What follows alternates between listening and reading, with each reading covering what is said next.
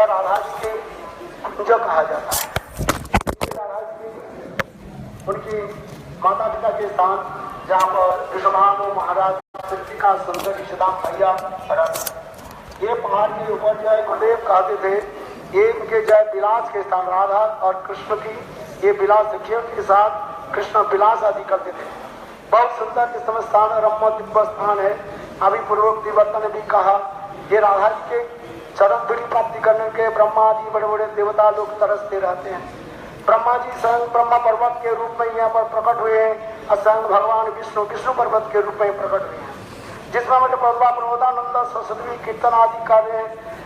जस्सा कदापि वसनंजन खलनत धन्नापि धन्ना पवन किताब तमानी जगेंद्र दुर्गम गति मधुसूदनो भी तस्सास्तनो विसभानुभूति सोको। जिस दिशा पर स्वयं श्रीमती राधिका मानवती होकर के खड़ी रहती है उस दिशा को बार बार मैं प्रणाम करता हूँ। ये दिव्य राधा जी के शब्द प्रभात करना और राधा नाम उच्चारण करना कोई साधारण बात नहीं है। सुखदेव गोस्वामी श्रीमद् भागवत में डायरेक्ट रूप में राधा जी के नाम ग्रहण करने के समर्थन है। जहाँ जहाँ पर राधा जी के स्मरण आ जाती है षाण्मासिक भव्य मूर्छा 6 महीने काल तक मूर्छित हो जाती है। यह तक भी विश्वनाथ चक्रवर्ती पाद भी कहते हैं श्रीमद् भागवत में राधा जी के भाव प्रेम आदि वर्णन करने के समय सुखदेव गोस्वामी पाद कुछ वर्णन करके जा रहे थे। इतने समय संग राधा जी अपने सखियों के साथ प्रकट होकर के बोले कि हम लोग के नाम उच्चारण मत करो, क्योंकि अनेकों अनधिकारी लोग बैठे हुए हैं। ये अनधिकारी लोगों के निकट हम लोग की लीला अथवा नाम आदि उच्चारण न करो। किंतु सुखदेव गोस्वामी पाद अन्यार आदि तो न्यूनतम इस श्लोक के द्वारा व्यतिरिक्त रूप में और भी राधा जी के नाम की महिमा भी वर्णन किया है। अभी मैं समय तो संक्षेप एक छोटी की कथा श्रवण करा देता हूँ, क्योंकि ये अनुभव की कथा है जो कोई वेद शास्त्र के द्वारा प्रमाण नहीं कर सकते हैं ना। प्रवचन लपो न मेधा न बहुना सुते जमे वर्ष विरुद्ध तेन लपत से आत्मा विवृत जब संग भगवान कृपा करके भक्त के हृदय में अपने सुंदर स्वरूप विग्रह के प्रकाश कर देते हैं, भावों के प्रकाश कर देते हैं, वो उस भाव को समझते हैं। ये बरसाना दिव्य स्थान है, ये कोई साधारण स्थान नहीं है। मैं छोटी सी कथा को सुनाता हूँ बस, जिस कथा में बार बार कीर्तन करता रहता हूँ। एक यही बरसाना के एक सेठ जी रहता था, बहुत धनी सेठ था। उनके पास पैसे की कोई कमी नहीं था। छोटी सी दुकान तो था, 3 बेटा था, किंतु उसके पास कोई पुत्री नहीं था, कन्या नहीं। पुत्रों के जो शादी करा दी, बहुएं जो आई 3 बहुएं आई, बहुत सुशीला सर्व प्रकार से गुणवती थी, सब प्रकार के गृह के काम पूजा पाठ आदि कर लेती थी और सदा सर्वदा राधा की सेवा आदि करने लगे रहते।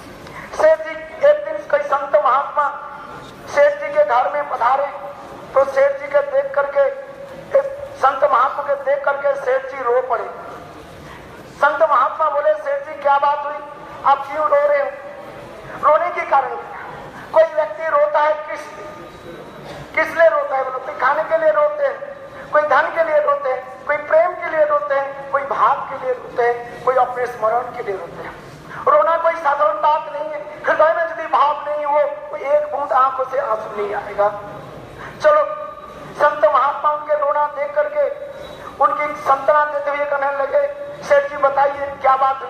सेठ जी बोले कहने लगे संत महात्मा मेरे घर में सब कुछ तो है, धन संपत्ति बहुएं हैं, लड़के भी लिखे पड़े भी है और नौकरी भी है, सब प्रकार की धन संपत्ति है, किंतु मेरे जो है मन में एक ही दुख है, मेरा एक बेटी नहीं है। क्या नहीं है? बेटी नहीं है। संत महात्मा कहने लगे देखो तुम बरसाने के रहने वाले हो, बरसाने के सभी लोग राधा जी को क्या मानते हैं? बेटी मानते हैं। नंदगांव के जितने लोग हैं सब कृष्ण के बेटा मानते हैं। तो एक काम कर राधा जी के बेटी मान लो, उससे क्या होता है? ऐसे करके संत महात्मा ने उनके राधा जी के सुंदर जो है चित्रपट दे दिया और कहने देखो जब तुम सोने के लिए जाओगे और किसी चित्रपट को जो है अपने पुत्री मान करके आलिंगन करना, चुमना और बस इतना ही कर देना, बस जबर जीवन तेरा सफल हो जाए। ऐसे करते कुछ दिन बीत गए और सेठ जी संत महात्मा के उपदेश के अनुसार भाई सरल विश्वासी जो कर लेते हैं उसके फल कैसे प्राप्त हो जाते हैं देखिए। और एक दिन घर कोई त्योहार भाई, उस त्योहार में 3 बहू कहने लगे, ससुर के कहने लगे, पिताजी आज ऐसे त्योहार है, हम लोग चूड़ी पहनेंगे। संतों को सेठ जी कहने लगे, ठीक है बेटियों, मैं दुकान के जाने के समय रास्ते में मनिहारी को मैं बोल दूंगा, वो मैं चूड़ी पहना देंगे। ऐसे करके सेठ जी चले और मनिहारी को जाकर के कहा कि देखो मेरे बहुओं के ये तुम चूड़ी पहना देना, 12 आपकी तो चूड़ियों की जो पैसा जो है दुकान से ले लेना, 6 बजे शाम को 6 बजे मेरे दुकान में आकर के पैसा ले लेना। बस मनिहारी ने किया कि 11-12 बजे घर में आए उनके और दरवाजा खटखटाई, 3 बहुओं ने की घुंघट तक लगा लगते हैं भाई, ब्रज के यही रीतियां है, घुंघट लगाए। 3 बहुओं ने हाथ बढ़ा दी और मनिहारी ने तीनों की जो है सुंदर चूड़ियां जो पहना दी। और बहुएं जब चली गई, पीछे घूम करके नहीं देखा, एक सुंदर 12 साल की एक लड़की हंसते हुए, मुस्कुराते हुए, नैन के दौरान, आंखों के दौरान लजाते हुए आ गई, हाथ भी ऐसे बढ़ा दी। मनिहारी ने क्या कि उनके हाथ में जो चूड़ी पहना थी, मनिहारी सोचने लगे इसी के कोई रिश्तेदार होगा, भाई घर की है, इतने उनके सुंदर मुखार मिलता था। मनिहारी के मन तो बिल्कुल हो गया। चले गए 6 बजे के समय, शाम के 6 बजे के समय, वो मनिहारी ने आकर के दुकान के सेठ जी के बोले, सेठ जी बोले पैसा दो। सेठ जी बोले अच्छा कितने पैसा हुआ? उन्होंने कुछ जो पैसा मांगा, सेठ जी बोले तुम ज्यादा क्यों मांग रहे हो? मनिहारी कहने लगे मैं ज्यादा थोड़ी मांग रहा हूँ, मेरे पे मजदूरी है, बस इतना ही है, मैं तुम्हारे घर में चारों के महीने चूड़ी पहने। बस इतने सुनते ही मनिहारी कहने लगे हमारे घर में तो कोई 4 है ही स्त्री, मेरे बहू तो, मेरा पत्नी तो मर गई, आज कैसा हो गया, मेरे 3 बहुएं हैं, मेरे तो 4 है। मनिहारी कहने लगे मैं चारों की चूड़ी पहना।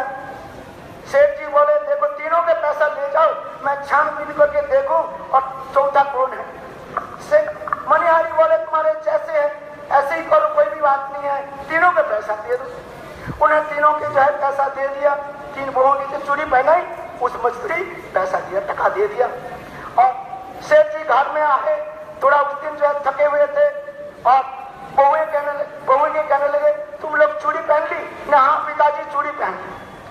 और सेठ जी खा पी करके अपने बिस्तर पर सोने के जाने के पहले जैसे नित्य प्रत्य अपने राधा जी के चित्रपट के जो है बेटी मान करके आलिंगन चूमते थे, उसी प्रकार चूमने के सोने के लिए जा रहे थे, देखा चित्रपट के सामने कुछ चूड़ियां पड़ी हुई है।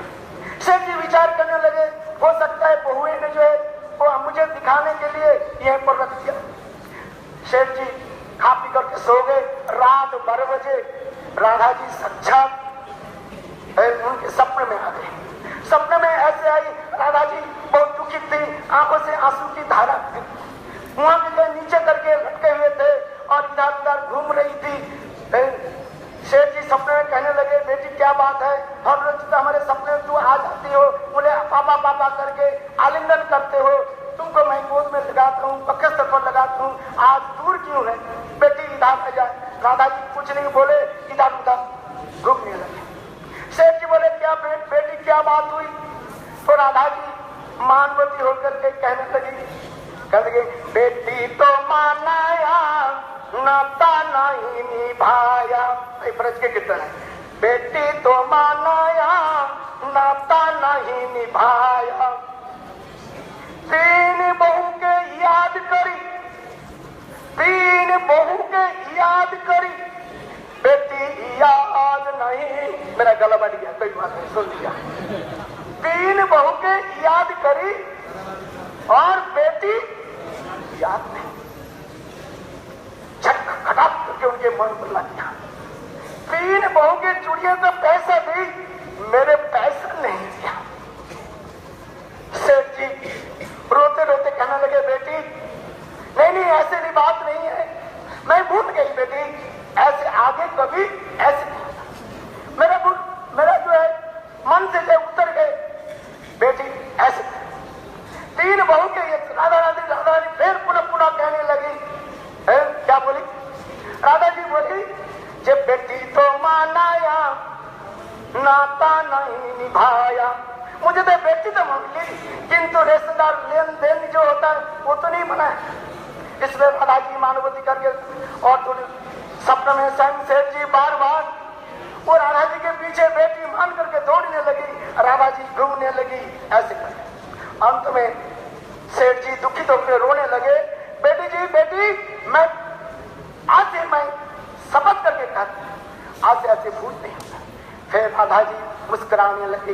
बस इतने समय सेठ जी के नींद टूटी और देखा सेठ जी सचमुच जो है उनके आंखों से आंसू सारे कपड़े पी गया, सारे शरीर से इतने पसीना प्लीज सिट डाउन, इतने पसीना सेठ जी विचार पे क्या जल्दी उठ करके तिलक लगा करके अन्नी करके मनिहारी के घर में गए, उनके दरवाजे को खटखटाया।